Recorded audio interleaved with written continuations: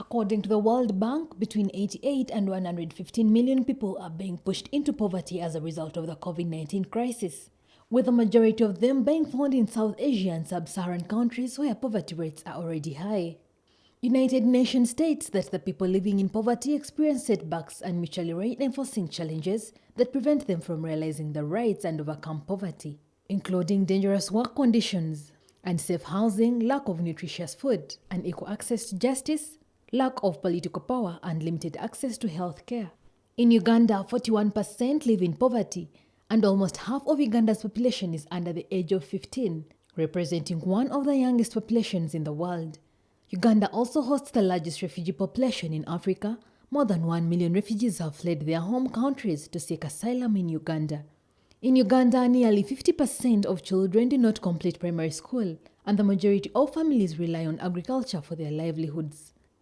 The poverty level has increased due to COVID-19. Now people have to spend more on healthcare and some have lost employment opportunities. This according to Marilyn Kabalere, Program Officer Advocacy, Participatory Ecological Land Use Management, Uganda. In the lockdown, you could see people struggling even to get medical, to get enough money to pay for medical facilities when they got COVID. Even accessing oxygen. It shows you that we are not doing well. It should be noted that even those that have source of income still spend their money on food. Most people depend on agriculture but still have to hustle to find land and finances to support their agriculture programs. People are very ignorant of their land rights, and once they are ignorant of their land rights, then they are not secure on the land. Then there are so many conflicts. But once they are sure that this land is, once they are secure, maybe they've registered the land, or maybe they've paid their usuru, they know the landlord, then they can produce, they can plant their crops knowing that no one is going to disrupt them.